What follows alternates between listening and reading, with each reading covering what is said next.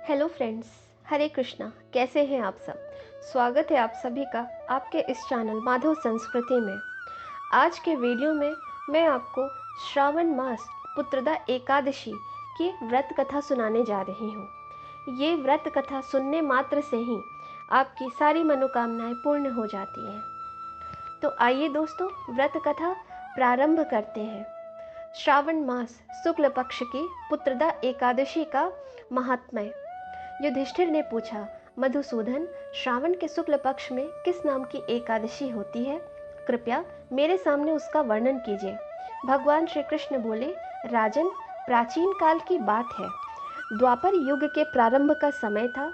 महिष्मतिपुर में राजा महिजीत अपने राज्य का पालन करते थे, किंतु उन्हें कोई पुत्र नहीं था। इसीलिए वह राज्य उन्हें सुखदायक नहीं प्रतीत होता था।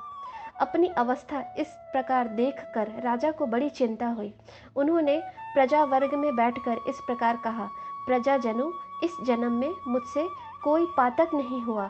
मैंने अपने खजाने में अनायास से कमाया हुआ धन नहीं जमा किया है। ब्राह्मणों और देवताओं का धन भी मैंने कभी नहीं लिया है। प्रजा का पुत्रवत पालन किया, धर्म से पृथ्वी पर अधिकार जमाया तथा दुष्टों को वे बंधु और पुत्रों के समान ही क्यों न रहे हों दंड दिया है। शिष्ट पुरुषों का सदा सम्मान किया और किसी को द्वेष का पात्र नहीं समझा। फिर क्या कारण है जो मेरे घर में आज तक पुत्र उत्पन्न नहीं हुआ? आप लोग इसका विचार करें। राजा के ये वचन सुनकर प्रजा और पुरोहित के साथ ब्राह्मणों ने उनके हित का विचार करके गहन वन में प्रवेश किया। राजा का कल्याण चाहने वाले वे सभी लोग इधर उधर घूमकर ऋषि सेवित आश्रमों की तलाश करने लगे। इतने में ही उन्हें मुनि श्रेष्ठ लोमश का दर्शन हुआ। लोमश जी धर्म के तत्वज्ञ, संपूर्ण शास्त्रों के विशिष्ट विद्वान, दीर्घ आयु और महात्मा है। उनका शरीर लोम से भरा हुआ है। वे ब्रह्मा जी के समान तेजस्वी हैं। एक एक कल्प के बीतने पर उनके शरीर का एक एक लोम विशीर्ण होता टूट कर गिरता है, इसीलिए उनका नाम लोमश हुआ है। वे महामुनि तीनों कालों की बातें जानते हैं। उन्हें देखकर सब लोगों को बड़ा हर्ष हुआ। उन्हें निकट आया देख लोमश जी ने पूछा, तुम सब लोग किस लिए यहाँ आए हो? अपने आगमन का कारण बताओ। तुम लोगों के हित के लिए जो कार्य होगा उसे मैं अवश्य करूँगा। प्रजाओं ने कहा, ब्राह्मण, इस समय महिजीत नाम वाले जो राजा हैं उन्हें कोई पुत्र नहीं है। हम लोग उन्हीं की प्रजा हैं जिनका उन्होंने पुत्र की भांति पालन किया है। उन्हें पुत्रहीन देख उनके दुख से दुखित हो हम तपस्या करने का दृढ़ निश्चय करके यहाँ आए हैं। द्विजोत्तम राजा के भाग्य से इस समय हमें आपका दर्शन मिल गया है। महापुरुष के दर्शन से ही मनुष्यों के सब कार्य सिद्ध हो जाते हैं। मुने, अब हमें उस उपाय का उपदेश कीजिए जिससे राजा को पुत्र की प्राप्ति हो। उनकी बात सुनकर महर्षि लोमश 2 घड़ी तक ध्यान मग्न हो गए।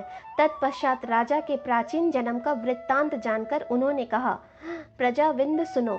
राजा महिजीत पूर्व जन्म में मनुष्यों को चूसने वाला धनहीन वैश्य था। वह वैश्य गांव-गांव घूमकर व्यापार किया करता था।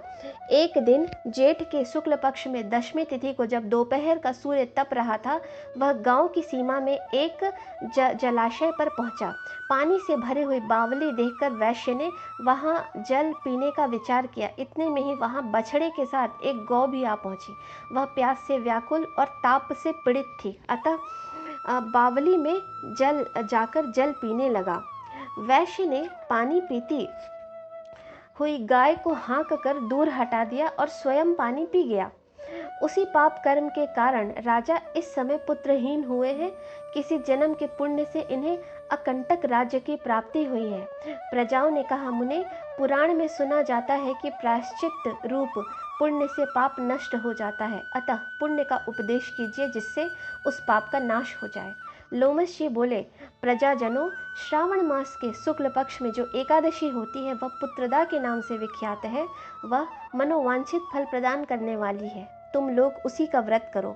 यह सुनकर प्रजाओं ने मुनि को नमस्कार किया और नगर में आकर विधि पूर्वक पुत्रदा एकादशी के व्रत का अनुष्ठान किया।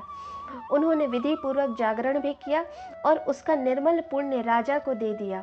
तत्पश्चात रानी ने गर्भ धारण किया और प्रसव का समय आने पर बलवान पुत्र को जन्म दिया।